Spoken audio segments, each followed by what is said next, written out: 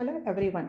I am Dr. V. Vijaya, Assistant Professor of Mathematics, PG and Research Department of Mathematics, Sri Sharda College for Women, Salem. Now I am going to take complex analysis. In this complex analysis, we are going to see very most important and basic theorem which was used in the complex analysis. First, we see Liouvilles theorem and maximum modulus principles. Before that, we have to recall some of the functions. A function is said to be analytic if it has a power series representation. Okay, a function of a complex variable f of z is analytic and therefore has a power series representation at a point z0 if f is continuously differentiable at z0. Analytic means when a given function is everywhere differentiable, then the given function is analytic. If it is analytic at a point z0, if it is the given function is continuously differentiable at the point z0. This is the very important definition which was used in the following theorems. Next, the very most important theorem is Cauchy's formula and very most basic formula. This plays a very important role in the complex analysis. This was discovered by Augustine Cauchy in the year of 1789 to 1857. His birthday. So what the theorem states that if f is analytic in a neighborhood of z0 and C is a positively oriented simple closed curve in the neighborhood with z0 as an interior point, then fn of z0 equals to n factorial by 2n pi I integral over C f of z dz divided by z minus z0 whole power n plus 1. That means that if a given function is analytic, so function is everywhere differentiable. If you are taking the point z0, then we take the points of the neighborhood of z0 and C is a positively oriented simple closed curve. This is closed curve, so bounded region in the neighborhood of z0 as an interior point. We taken as the interior point only, not the exterior point. Okay, then the following condition satisfied. This formula is called a Cauchy's formula. Next, we prove this Cauchy's formula or Cauchy's inequality. For this, if you are taking the CB circle with a radius R and with the center z0, then Cauchy's formula allows us to put a bounded derivatives of f. That means if you are taking a closed curve, that means we are taking circle with the radius R and the center of the circle is z0. Then Cauchy's formula allows us to put the bound of the derivatives. It is a closed region that is bounded of f. Then the following conditions satisfy. Modulus of fn of z0 equal to n factorial divided by 2 pi n integral over C f of z dz divided by z minus z0 whole power n plus 1. Then we split the absolute values or modulus values into 2. Then automatically equals becomes inequality. N factorial modulus of n factorial divided by 2 pi I integral over closed curve f of z dz z minus z0 whole power n plus 1 less than or equal to n factorial divided by. Again we take the modulus value into split into two types, f of z individual and dz, and the remaining terms also we split into this one individually. Then n factorial as it is 2 pi I becomes 1. Then the values of modulus of f of z is the maximum value, maximum upper bound. So it represented by m, and the suffix with represent for radius. Then the model f of z into dz represent 2 pi r. Then the denominator represent r power n plus 1. So cancelling the terms, we get n factorial m r divided by r power n. Here mr is an upper bound of an f of z over the circle C. This is called Cauchy's inequality. This is very important theorem in the complex analysis. Next, now we are going to see the next theorem is Liouvilles theorem. This was found out by Joseph Liouvilles, 1809 to 1882. What Liouvilles theorem states that if a given function is analytic in the entire complex plane, that is f is called entire function, okay, which is bounded in modulus, then f is a constant function. What it is say, if one function is given that is analytic in the entire complex plane. If you are taking the complex plane, a given function is analytic, that means everywhere differentiable in the whole entire complex plane, which is bounded in modulus, then f is a, then the given function is said to be a constant function. This is the statement of the Liouvilles theorem. Next proof. Let M be a bound on modulus of f of z. Then by Cauchy's inequality with n equal to 1, we are substituting the Cauchy, in the Cauchy's inequality, we substitute n equal to 1 equals to modulus of f dash of z naught less than or equal to m by r. This is true for any z naught and for any r, since f is entire, since we can r tends to infinity. If we extend the region up to the infinite unbounded series, we see that modulus of f of z value becomes 0. If the differentiable value is 0 means the given function is a constant function. So hence the theorem is proved. This is the Liouvilles theorem. Next, in the Liouvilles theorem, we are seeing for only the complex plane. Here what the question asked by the two persons, the only bounded entire functions of a complex variable are constant functions. What to make that? Do you below the functions of your real variable also? He is asking to the person, it is the condition is satisfied only whether it is for complex plane only or for real functions also. Then the other man replied, sine and cosine functions are bounded functions and are also analytic in the whole real line.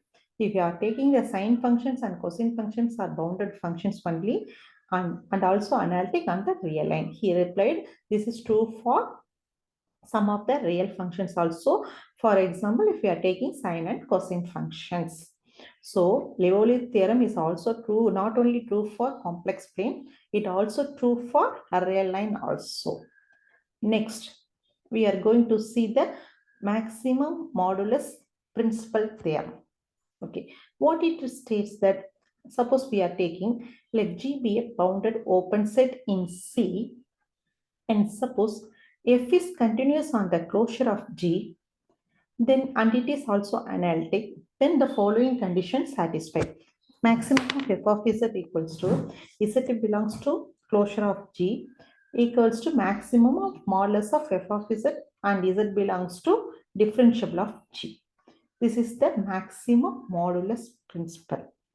If both the functions, that a function and the differentiable function also maximum value is same, then the given function is also constant.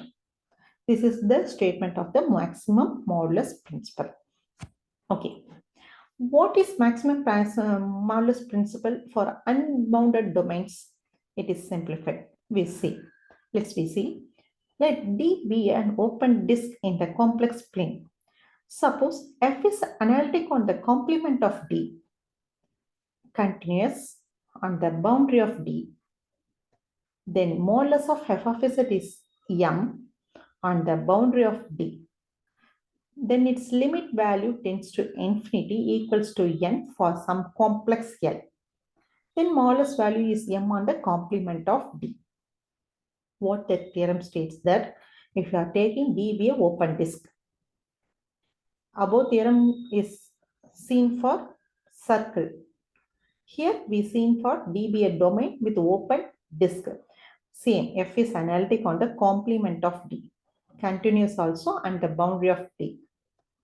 If we extend the limit to tends to infinity, it equals to L, complex L. Then modulus of f of z is on m and the complement of D. This is for the maximum modulus principle for unbounded domains. Next, we are going to see very most basic theorem and interesting theorem of complex analysis is fundamental theorem of algebra. Here we are studying about the complex analysis. What is the relations between the algebra and the complex complex analysis. The following theorem shows that the relationship between the algebra and the analysis. See, fundamental theorem of algebra. What the theorem states that any polynomial P of z equals to an z power n plus an minus 1 z power n minus 1 etc. up to a naught of degree n has at least one zero, then there exists at least one point such that P of z not equal to 0. This is the fundamental theorem of algebra. Next note, it follows that P can be factorized into n, not necessarily distinct real terms. So where the here an, z minus z1, z minus z2, where the zeros of P are z1, z2, etc. zn. Next, proof. Suppose not. P is never 0. If this is the theorem is true for only zeros, but we are taking the contradiction. Suppose P is never 0. Define the function f of z equal to 1 by polynomial of z. F is entire function. Now P of z tends to infinity as z tends to infinity. Automatically z tends to infinity. P of z, polynomial of z also tends to infinity. Therefore 1 by P of z tends to 0 as z tends to infinity. So for some r, 1 by modulus of P of z less than or equal to 1, then the radius value is the z is greater than r. Next, by the extremum value theorem for some n, 1 by P of z is maximum modulus value up to maximum value. But then P is bounded. We are taking for bounded function for all z by maximum 1, r. So by Liouvilles theorem, P is a constant. So Liouvilles theorem states that function is a constant function. If the function is bounded, entire function means it satisfies all the conditions. P is a constant function, contradicting the fact that is a polynomial, because we are taking polynomial and never 0. That the statement's contradiction to the statement. So if the given polynomial having all the values of zeros, this is the proof of the theorem. Next, Gauss was the first to prove the fundamental theorem of algebra. Gauss, the diagram shows that the picture shows that the Gauss, he was born on 1777 to 1855. He was first to prove the fundamental theorem of algebra, but his proof and all proofs since then have some results from analysis also. He taken the proof from some analysis also. That seems too easy. Old Bob, can't you present a purely algebraic proof? Both are speaking about the algebraic proof. Yes, after all, it is the fundamental theorem of algebra. They are asking, you are given the proof for algebra only, not the some results from analysis. Don't you prove for analysis also? So he linked the, or he given the relationship between the algebra and the analysis. That is the fundamental theorem of algebra. Next, very important theorem, the centroid theorem. This picture shows the centroid theorem very clearly. We will move to the theorem. Yes, theorem statement. The centroids of the zeros of the polynomial is same as the centroids of the zeros of the derivative of the polynomial. What? Centroid of the zeros of the polynomial is same as the centroid of the zeros of the derivatives of the polynomial. First, we are taking the polynomial having zeros. Then by fundamental theorem of algebra, we put the results. Multiplying throughout the coefficient of z power n minus 1, then we get, and divided by the, taking the average values, we get minus a n minus 1 divided by n a n. Let the zeros be of the p dash. We taken the new polynomial that the zeros be w1, w2, etc. w1. Then the polynomial can be written as like this. The center of the zeros is written as minus a power n minus 1 na. Therefore, the centroids of the p dash is same as the centroids of the zeros. Both the results are minus a n minus 1 divided by n a n. This proves the centroid of the theorem. Next, all that proofs required was arithmetic and differentiation of a polynomial. They asked the question. Next, we move to the Lucas theorem. This is the Lucas. in his name, we state the theorem. Before that, recall that a line in the complex plane can be represented by the equation imaginary of z minus a divided by b equal to 0, where the lines is parallel to the vector b and translated from the origin by the amount a. See the diagram. Imagine if the line moves from the a to b, the vector also parallel to the b vector a. So then imagine of z minus a divided by b equal to 0. If the line parallel to the a means imaginary of z minus b by a equals to 0. Next, note the above theorem for closed half plane with the right of the line. Suppose we are taking for left of the line z minus b divided by a equals to 0 in the direction of a. According to Maurice Morton, geometry of polynomials FAE Lucas proved the Lucas theorem in 1874. It was independently proved later by several years. This is the picture of Lucas. Next, Lucas theorem. If all the zeros of the polynomial P of Z lie in a half plane in the complex plane, then all the zeros of the derivatives P dash lie in the half plane. What it says, if you are taking zeros of the polynomial lies in a half plane only, then all the zeros of the derivative also lie in the same half plane. Next, we see the proof of the Lucas theorem. By the fundamental theorem of algebra, we can factorize this one and differentiating on both sides. We get the half plane as the imaginary using the Ruckel's results. So imaginary v star minus a divided by b greater than 0. Let Rk be some zeros of p or the term. Then it follows imaginary values is always greater than 0. The imaginary parts of reciprocal numbers have opposite signs. So it's less than 0. Recall p dash of z polynomial, differentiating polynomial of z divided by polynomial of z gives the result 1. Then p dash of z equals to 0, z belongs to h. With the repeated applications of the Lucas theorem, we can prove the following corollary. See the corollary. The diagram shows that convex polygon in the complex plane which contains all zeros of a polynomial p. If you are taking the convex polygon in the complex plane which contains all the zeros of the polynomial p, also contains the zeros of p dash. For example, if you see the p has 8 zeros, then the convex polygon containing look like this. Here are representing the zeros of the polygon. Here 8 zeros are there. So polygon contains all the zeros of p dash also. The person scale that does the Lucas theorem hold for polynomials of a real variable? Here it's proof for complex plane. It is hold for real variable also. Yes, p of x looks like this, but the zeros of p dash outside the interval. Then all the real line zeros lies in the interval. So this is true also. The Lucas theorem is true. Next, we are going to see the Bernoulli's inequality. This is the picture of the Bernoulli's. Definition. For a polynomial p of z, define the norm value is norm of p equal to maximum of p of z. This is sometimes called supernorm or infinity norm.